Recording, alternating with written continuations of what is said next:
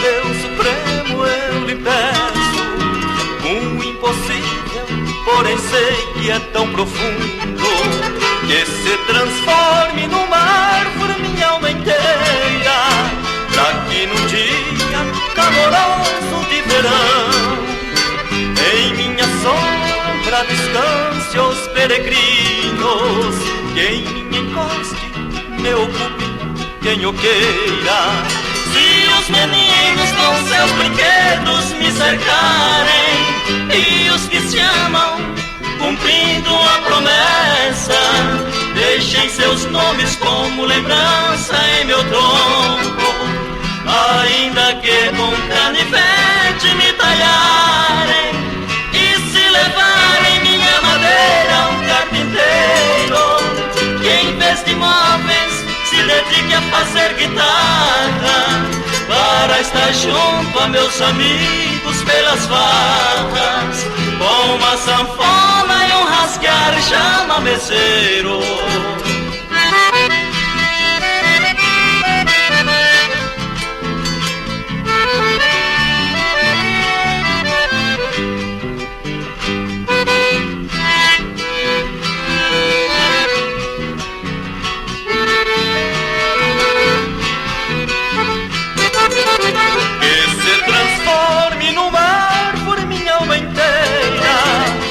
Que num dia caloroso de verão em minha sombra descanse os peregrinos, e em mim encoste, me ocupe quem o queira. Se os meninos com seus brinquedos me cercarem, e os que se amam cumprindo a promessa, deixem seus nomes como lembrança em meu tronco, ainda que com canivete me talharem e se levarem minha madeira a um carpinteiro,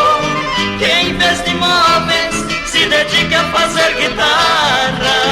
para estar junto a meus amigos pelas farras, com uma sanfona e um rasguear chamameceiro.